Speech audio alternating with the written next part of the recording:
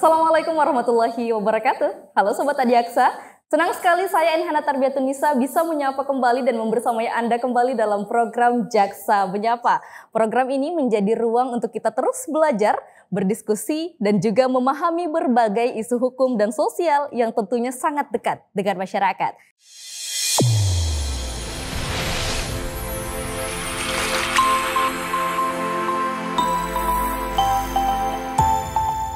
Nah, mengawali tahun 2025, Jaksa Menyapa episode hari ini mengangkat tema kenakalan remaja, tantangan dan solusi untuk masa depan bangsa. Fenomena ini memang acap kali kita dengar, namun sejauh manakah kita memahami penyebabnya dan bagaimana peran hukum, keluarga, serta masyarakat dalam mengatasi problem ini?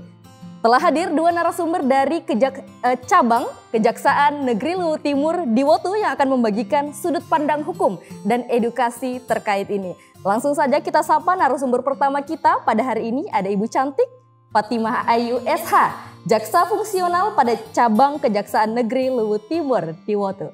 Assalamualaikum warahmatullahi wabarakatuh, Ibu. Waalaikumsalam warahmatullahi wabarakatuh. Bagaimana kabarnya hari ini? Alhamdulillah sehat ya. Sehat, semangat ya Bu ya, walaupun ini sudah jam-jam ngantuk. Iya betul. Tetap semangat. Selanjutnya kita sapa narasumber kedua kita pada hari ini, ada Bapak Wiranto. Ini lumayan panjang namanya, Wiranto Dwi Rida Ridwan SH, penelaah penuntutan dan penegakan hukum, calon ahli pertama jaksa pada cabang Kejaksaan Negeri Luwu Timur. Halo Pak Wira. Ya, selamat siang Bu Hana. Siang. Bagaimana kabarnya hari ini? Alhamdulillah sehat. Bu Hana sehat? Sehat, alhamdulillah. Ini barusan ya ada narasumber yang bertanya bagaimana keadaan saya. Terima kasih Pak Wira. Iya, sama-sama. Saya sangat excited. Oke. Nah, Pak Wira dan Ibu Fatimah Ayu, tema kita hari ini mengangkat tentang kenakalan remaja, tantangan dan juga solusi untuk masa depan bangsa. Tapi saya tertarik nih Bu untuk membahas terlebih dahulu karena ini dari cabang Kejaksaan Negeri Luwu Timur di Wotu. Ternyata kejaksaan punya cabang juga. Siap. Oke, ini boleh dijelaskan ringkas saja Bu terkait dengan cabang Kejaksaan Negeri Luwu Timur di Kecamatan Wotu ini. Silakan. Oke, jadi cabang Kejaksaan Luwu Timur di Wotu ini adalah bagian, termasuk dalam bagian Kejaksaan Negeri Luwu Timur. Namun karena luas wilayah Luwu Timur ini sangat luas, jadi untuk membantu Kejaksaan Negeri Luwu Timur dalam menjalankan tugas dan wewenangnya, maka dibentuklah cabang Kejaksaan Negeri Luwu Timur di Wotu. Oke, berarti posisinya memang berada di bawah naungan Kejaksaan Negeri Luwu Timur itu sendiri. Ya, tetap menjadi bagian dari Kejaksaan Negeri Luwu Timur. Kalau koordinasinya seperti apa Bu? Ya, kalau untuk untuk koordinasinya itu dipimpin oleh kepala cabang. Oh, berarti kepala cabang. Oke, saya pikir kepala cabang itu koordinasi langsung dengan Bapak Kajari kalau di Luwu Timur di kabupaten itu. Iya. Berarti tetap di cabang kejaksaan itu ada kepala cabangnya yang akan berkoordinasi langsung dengan Pak Kejari. Iya. Oke. Kalau bicara tentang wilayah kerja Bu, apakah ada batasan tersendiri yang ditangani untuk cabang Kejaksaan Negeri Luwu Timur itu? Iya. Jadi kalau untuk wilayah itu ada batasan-batasannya. Di cabang Kejaksaan Luwu Timur di Wotu itu ada memiliki 6 wilayah hukumnya. Salah satunya Tomoni Timur, kemudian Berau, kemudian ada lagi Mangkutana, Kalena. Kalena. Oke, Gitu. berarti yang berada di daerah sekitaran sana saja. Ya. Ada 6 kecamatan termasuk dari Burau, Tomoni Timur, Mangkutana, Kalena dan Wotu itu sendiri. Ya. Kalau misalnya ada kasus nih Bu, apakah kasusnya apakah kasus yang ditangani oleh cabang Kejaksaan Negeri Luwu Timur yang di Wotu ini menangani semua kasus atau kasus-kasus tertentu saja? Nah, jadi kalau untuk penanganan kasus di cabang itu sedikit berbeda dengan di Kejaksaan Negeri. Jadi kalau di cabang itu bidang-bidangnya itu sedikit diefisiensi, jadi dijadikan betul. satu gitu. Nah, kalau di Kejaksaan Negeri misal ada bidang datun atau perdata dan tata usaha, kemudian pidana umum, intel, itu kan sendiri-sendiri. Nah kalau di cabang itu kita efisiensi, jadi Pidum dengan Pitsus itu menjadi satu bidang, kemudian perdata dan tata usaha menjadi satu bidang dengan intelijen, dan kemudian ada bidang pembinaan. Nah untuk penanganan perkaranya itu karena sifatnya cabang itu membantu atau mensupport kejaksaan negerinya, Jadi untuk perkara-perkara yang ada di daerah hukum itu saja itu ditangani oleh cabang. Kemudian tapi kalau perkara dengan atensi khusus atau perkara-perkara yang mungkin tingkatnya lebih tinggi, lebih tetap dilimpahkannya tetap ke Kejaksaan Negeri Luwu Timur. Oke, seperti itu ya. Berarti memang tugasnya untuk membantu Kejaksaan Negeri Luwu Timur saja, tetap menangani kasus-kasus yang ada tapi dalam wilayah hukum itu. Ya. Kecuali memang sifatnya betul. Ya, mungkin tambahan dari saya sedikit bagaimana cabang Kejaksaan Negeri Luwu Timur di waktu itu. Kan pertanyaannya tadi terkait dengan bagaimana dalam menghadapi misalnya perkara-perkara. Betul. Jadi perkara-perkara di cabang itu dia harus masuk dalam wilayah hukumnya sendiri, 6 wilayah hukum yang tadi disebutkan oleh 6 kecamatan itu ya. 6 kecamatan itu. Kemudian untuk perkara-perkara yang menarik atensi masyarakat, misalnya seperti perkara yang viral ataupun perkara narkotika itu ditangani langsung oleh Kejaksaan. Oh, mungkin ini untuk kasus-kasus yang besar, itu memang langsung dilimpahkan ke Kejaksaan Negeri Luwu Timur. Oh, oke, saya paham. Berarti sejauh ini untuk dari bidang-bidangnya di efisiensi dari ada 4 bidang dan pembinaan diperkecil digabung, dirangkum ya menjadi 2 bidang saja dan 1 untuk bidang pembinaan. Kemudian untuk penanganan kasusnya memang dikhususkan pada yang masuk ke dalam wilayah kerja hukum dari cabang Kejaksaan Negeri Luwu Timur Yiwoto itu sendiri. Oke, sekarang kita masuk ke tema hari ini, Bapak dan Ibu, terkait dengan kenakalan remaja. Untuk memulai perbincangan ini, boleh kita membantu viewer. Saya rasa para penonton, Sobat Adiaksa yang ada di rumah itu sudah tidak asing lagi mendengar frase kenakalan remaja itu sendiri. Tapi boleh kita bantu untuk merecall kembali apa sih sebenarnya kenakalan remaja itu? Siapa nih yang mau jawab? Pak Wira atau Ibu? Ayo. Boleh saya. Silakan. Ya. Tentu kalau kita mendengar kata dari kenakalan remaja, mungkin sudah tidak asing atau populer di kalangan media itu sendiri. Namun kalau kita sedikit merecall bagaimana tadi kata Bu Hana, kenakalan remaja itu tentunya bagaimana tindakan-tindakan atau perilaku remaja dalam artian di sini ketika dia masih dalam istilahnya umur usia atau perkembangan berubah dari anak menuju dewasa. Nah, kalau kita melihat lebih detailnya Pak, dari anak menuju remaja itu dari usia berapa sampai usia berapa yang dikategorikan remaja itu? Kalau kita melihat undang-undang sendiri, undang-undang tentang perlindungan anak itu undang-undang nomor 15 tahun 2000, undang-undang nomor 35 tahun 2014. Nah, usia anak sendiri itu diatur batas usia anak itu 18 tahun. Jadi ketika dia memasuki 18 tahun lewat, itu kategorinya sudah bukan lagi menjadi anak.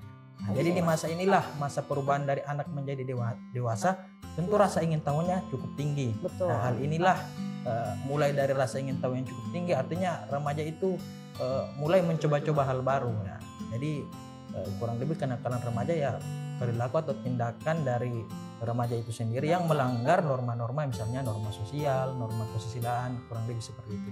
Mungkin ada tambahan dari bisa dilanjut kita. Oke, bisa dilanjut ya Ibu ya.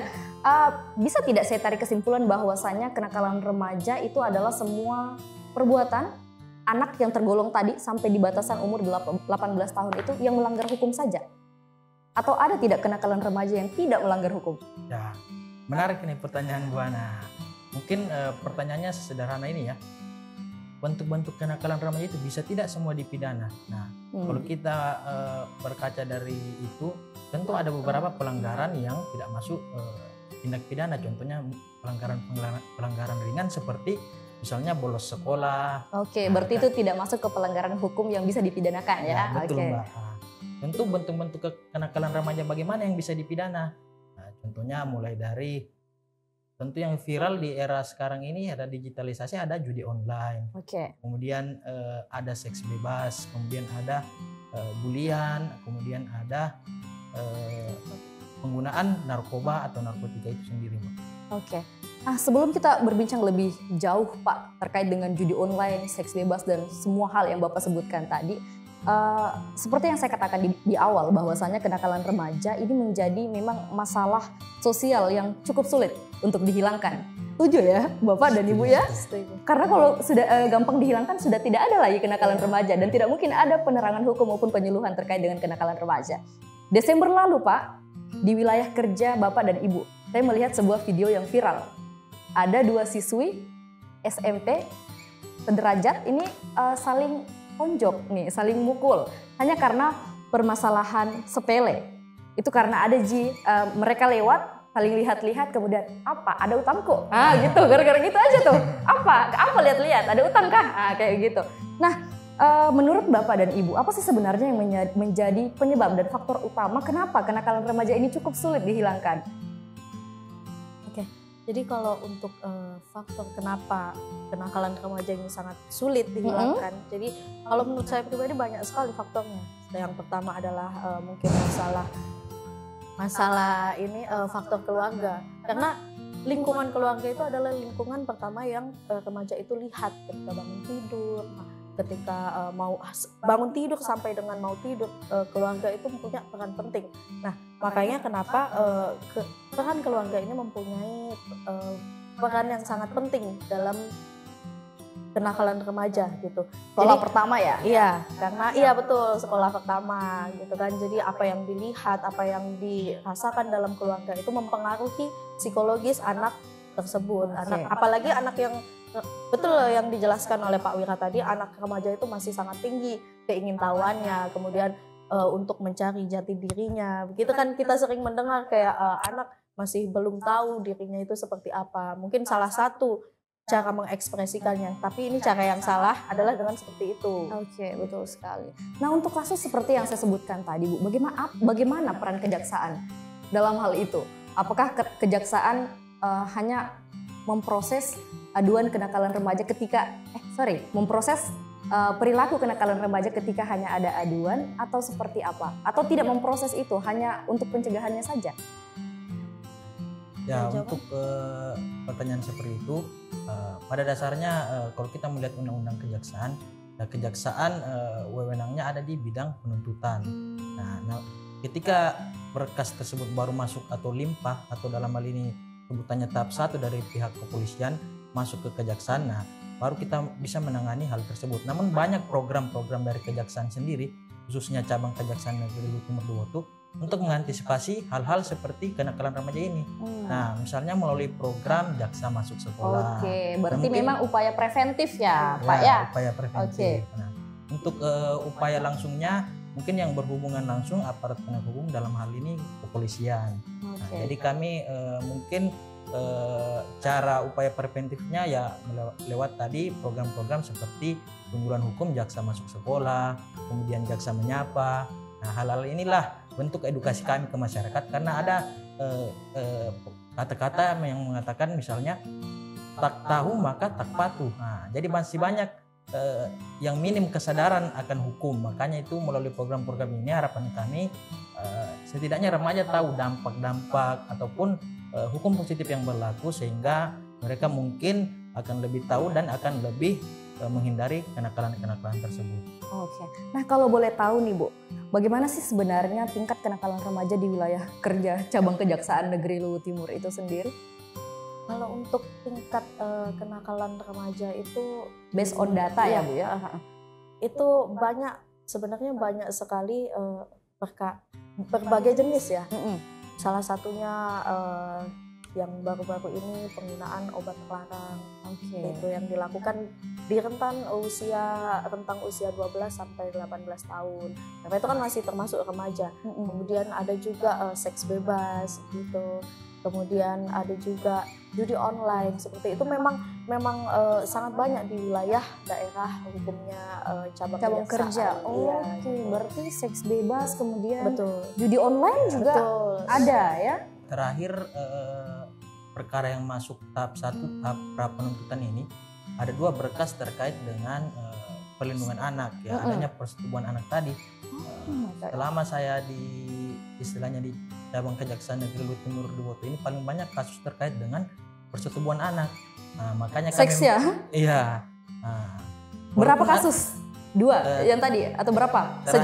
Sejauh ini ada 2 perkara masuk tahap 1 terkait dengan persetubuhan anak di bawah umur tadi. Dan pelakunya adalah? Pelakunya beragam, ada yang pelakunya sama-sama anak-anak, ada yang dewasa, korbannya anak-anak. Nauzubillah ya. Seks bebas ini menjadi ancaman untuk remaja di wilayah kerja cabang Kejaksaan Negeri Luwu Timur ini. Nah, kembali kita kaitkan dengan era digitalisasi saat ini, Bapak dan Ibu Ayu. Di era yang serba digital ini, akses ke berbagai media sosial dan maupun platform online itu memang sangat mudah sekali ya.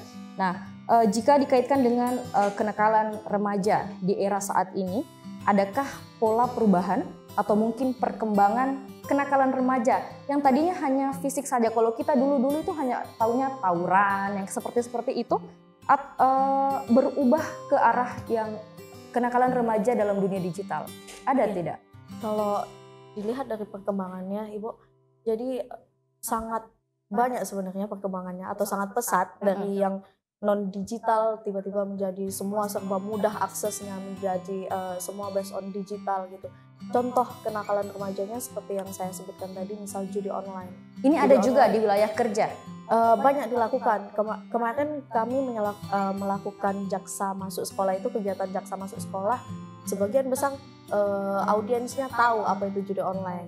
Entah itu hanya mencoba atau sampai di tahap ketergantungan begitu.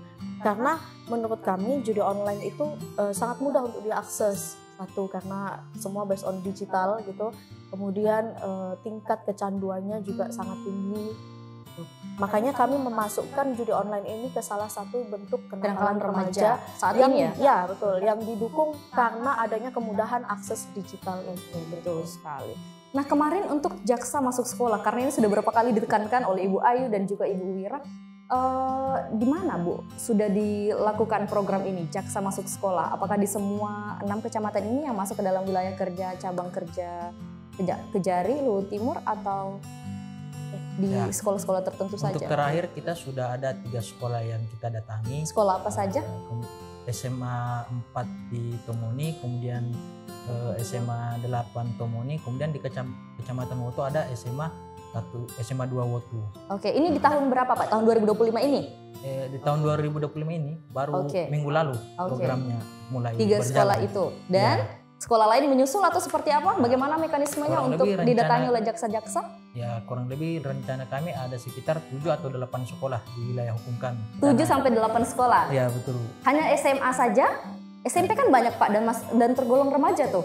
Mereka dari psikologi lebih tidak stabil. Apakah anak SMP tidak dimasuki untuk program jaksa masuk sekolah ini? Rencana kami, kenapa kami menyasar SMA?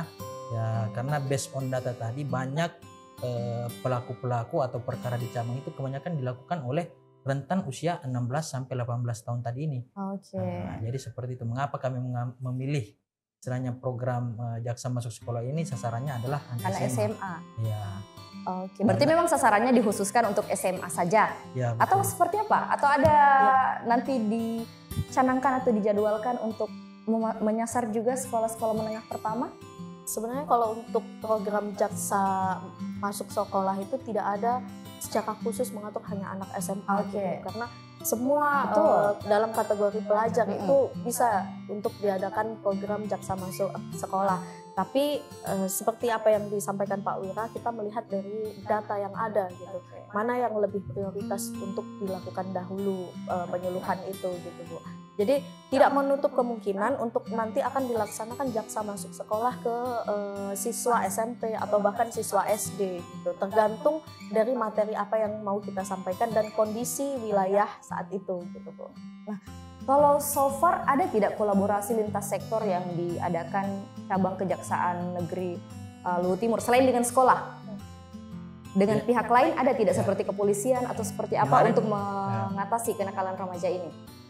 Kemarin kita juga ada kolaborasi dengan beberapa pemerintah setempat, misalnya seperti kemarin sempat dilaksanakan penyuluhan hukum ke Kecamatan Tomoni Timur. Nah, jadi mungkin kedepannya bukan hanya sekolah, mungkin kolaborasi antara pemerintah setempat seperti kepala desa, kemudian di kecamatan-kecamatan wilayah hukum kami seperti itu.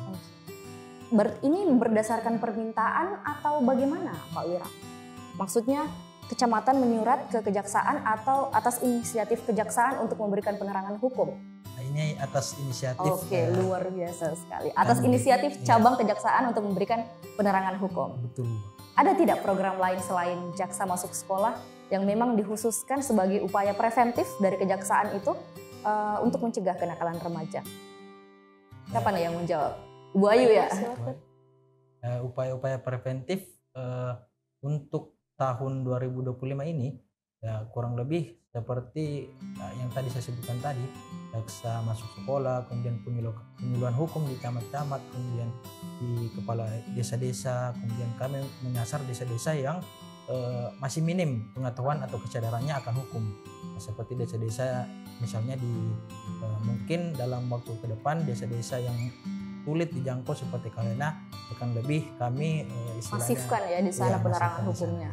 Mungkin termasuk juga jaksa menyapa ini ya Pak ya? Ya sebagai jaksa iya betul, sarana untuk upaya preventif tadi. Betul sekali, menyebarluaskan, memberikan penerangan hukum kepada masyarakat karena jangkauannya tidak terbatas ya kalau melalui sosial media. Ya, betul. Nah, kalau untuk memastikan keefektifan dari program-program tersebut, bagaimana caranya Bu untuk memastikan atau mengevaluasi, wah program ini memang sangat efektif, terbukti kenakalan remaja turun, itu seperti apa evaluasinya? Ya, kalau untuk cara evaluasi, jadi misal program jaksa masuk sekolah itu kan berkelanjutan. Oke. Setiap tahun akan selalu diadakan. Jadi kita akan mengevaluasi melalui feedback dari misal sekolah yang kita bekerja sama begitu. Apakah dengan diadakan misal jaksa masuk sekolah pada tahun ini bisa memberikan dampak. Nah, itu akan kita olah lagi di kegiatan atau program jaksa masuk sekolah untuk kegiatan berikutnya gitu. Jadi feedbacknya dalam bentuk apa Bu? Biasa dari testimoni kepala sekolah atau bapak ibu guru di sana, atau mungkin bisa juga tidak hanya testimoni tapi memberikan saran dan masukan, seperti itu juga sebagai gambaran agar kita melihat kondisi sekolah. Oh ternyata sekolah ini membutuhkan penyuluhan misal dalam bidang yang lain, tidak hanya kenakalan remaja lagi tapi mungkin dalam kekerasan seksual atau apa begitu. Jadi intinya evaluasi itu dilakukan melalui koordinasi gitu, dari kejaksaan dengan pihak yang terkait misal sekolah. Mungkin ada tambahan dari Pak Wira? Tentu kalau kita melihat sejauh mana efektif tidak program ini, tentu ini merupakan langkah kecil. Nah, butuh semua pihak sebenarnya untuk melihat sinergi dan kolaborasi ya semua pihak. Termasuk dari Kominfo sendiri ya. Oke. Nah, kita berupaya bersama bagaimana upaya pemerintah misalnya dari pihak pemerintah kecamatan, pemerintah desa itu harus berkolaborasi semuanya, terutama untuk remaja-remaja mungkin sedang menonton ini. Nah, kita mulai bangun dari hal-hal kecil, mulai dari diri kita sendiri. Nah, kemudian mungkin nanti akan berdampak lebih besar. Jadi dari hal-hal kecil menuju hal-hal besar. Oke, luar biasa sekali. Terakhir, sebenarnya ini sudah ada di jawabannya Pak Wira, tapi saya ingin Bapak Wira dan Ibu Fatimah menekankan ini sebagai closing statement dari Ibu Fatimah dan Pak Wira, karena mohon maaf sekali kita terbatas oleh waktu dan it will be the last session of this. Oke. Sejauh mana peran masyarakat dalam mendukung terciptanya generasi muda yang lebih sadar hukum? Oke, ringkas ya Bu ya. Mungkin mulai dari Ibu Ayu terlebih dahulu, kemudian lanjut Pak Wira. Oke. Jadi bagaimana peran masyarakat mengenai meningkatkan kesadaran hukum gitu ya. Untuk saya ya di sini peran masyarakat sangat penting karena hukum itu diciptakan juga untuk masyarakat sendiri, untuk ketertiban masyarakat sendiri. Jadi dibutuhkan partisipasi dari masyarakat untuk bisa turut menegakkan hukum itu sendiri. Tambahan dari saya, tentu seperti yang saya sebutkan sebelumnya, ini harus kolaborasi antara semua pihak, mulai dari masyarakat, dari hal-hal kecil, mulai dari keluarga itu sendiri. Bagaimana mereka merupakan pengawasan pertama kalau bisa dibilang ya, terhadap remaja-remaja yang masih mencari jati diri mereka. Nah, kemudian peran sekolah, dalam hal ini sekolah juga berperan ketika remaja itu masuk ke sekolah, bagaimana pengawasannya, pergaulannya. Jadi tentunya pergaulan inilah yang menentukan bagaimana jati diri remaja itu. Kemudian selain itu ada peran-peran dari pemerintahan seperti kejaksaan, melakukan penyuluhan hukum melalui program-program tadi. Kemudian ada peran bersama antara misalnya lembaga-lembaga seperti Kominfo melalui jaksa menyapa ini. Saya kira ini hal-hal yang positif untuk bersinergi bersama bagaimana kita membantu mewujudkan generasi muda yang sadar hukum. Iya. Oke. Terima kasih banyak Pak Wira dan Ibu Ayu, menarik sekali. Tapi sayang sekali kita dibatasi oleh waktu dan tak terasa kita sudah berada di penghujung acara hari ini. As a conclusion, boleh saya tarik kesimpulannya? Boleh ya Pak ya? Tadi dari Ibu Ayu dan Pak Wira mengatakan bahwa peran masyarakat di sini memang sangat penting ya. Seperti yang dikatakan oleh Ibu Ayu bahwa hukum itu memang diciptakan untuk masyarakat. Kemudian diperlukan sinergi dan kolaborasi bersama dari seluruh pihak, baik itu keluarga, sekolah, masyarakat, aparat penegak hukum, dan seluruh pihak lain untuk menciptakan generasi muda yang lebih sadar hukum untuk Indonesia yang lebih baik ke depannya. Betul ya Pak ya? Betul. Baik. Terima kasih Pak Wira dan juga Ibu Ayu telah hadir di studio hari ini. Mohon maaf sekali siang-siang ngantuk-ngantuk. Dan terima kasih untuk edukasi hukumnya kepada masyarakat. Selama kita pada salama sampai ke waktu kembali. Baik. Terima kasih. Terima kasih Bu. Baik Sobat Ediaksa, demikian perbincangan kita terkait dengan kenakalan remaja, tantangan dan solusi untuk masa depan bangsa. Saya Inhana Tarbiatunisa, your podcaster, beserta seluruh kru yang bertugas, pamit undur diri. Terima kasih telah menyaksikan Jaksa Menyapa Sahabat Masyarakat in associated with Dinas Kominfo SP Kabupaten Luwu Timur. Salama kita pada salama. Wassalamualaikum warahmatullahi wabarakatuh dan sampai jumpa. Terima kasih banyak. Terima kasih Bu bantuannya.